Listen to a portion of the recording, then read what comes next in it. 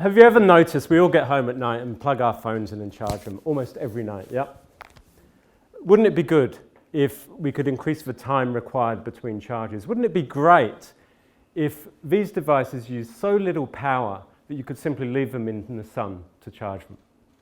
Thanks. I'm going to talk about some work we've been doing at Trobe to generate the next generation of devices that use much less power by changing the silicon in your silicon chips into diamonds.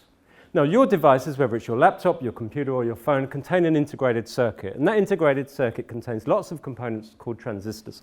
At the top left, you can see the first ever transistor. On the 23rd of December 1947, that device, the first ever solid-state device, started working. What a fantastic Christmas present to the world from the Bell Labs. Since that time, these devices have been miniaturized so that now something like your smartphone contains about 70 billion transistors. These transistors are called field effect transistors, and at the top you can see how they work. This is the physics bit. So these devices have got two electrodes, a source electrode and a drain electrode, and a flow of electrons goes from one to the other.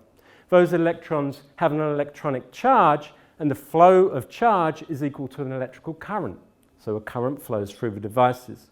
Now there's a third electrode that sits in the middle on the top, and that's called the electrostatic gate.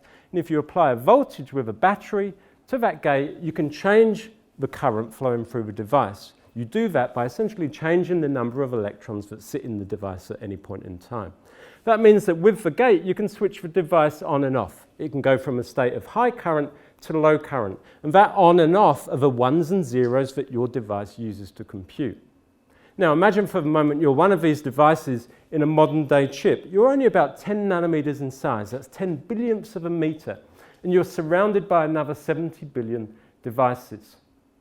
Now, you individually may not use much power. You have a relatively low current, but collectively in the device, there's a lot of power used. The power used is equal to the electrical resistance multiplied by the square of the current. So when the current's high, the power's high. A high power also means a lot of heat dissipation, which is why sometimes your device gets hot. Now, we're interested in a different way of doing electronics called Spintronics, which you can see at the bottom. So instead of using the electrical charge to transport information through the device, we use, or want to use, the quantum mechanical spin of an electron.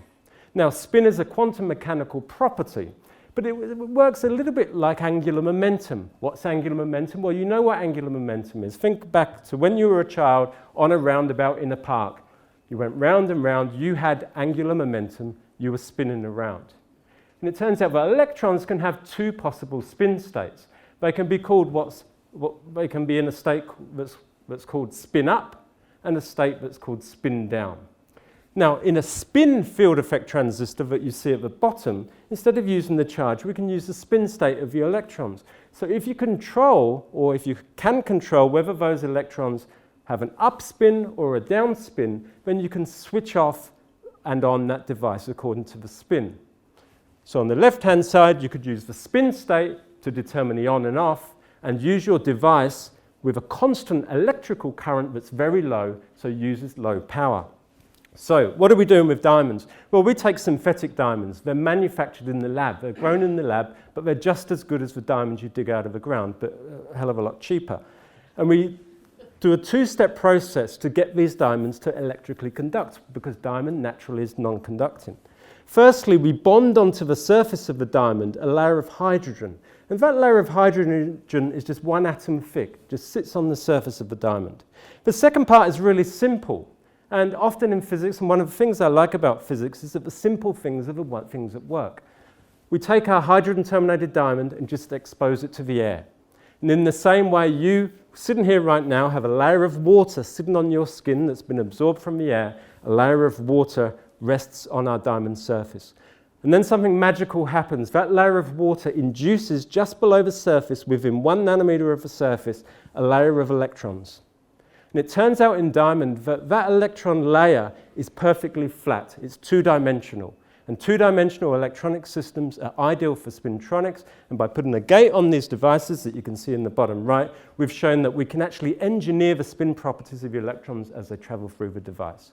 So in conclusion, we've taken a first step, but an important step towards making a spin FET in diamond, and we hope that future electronics will be fast but low power and made of diamonds. Thank you for your attention.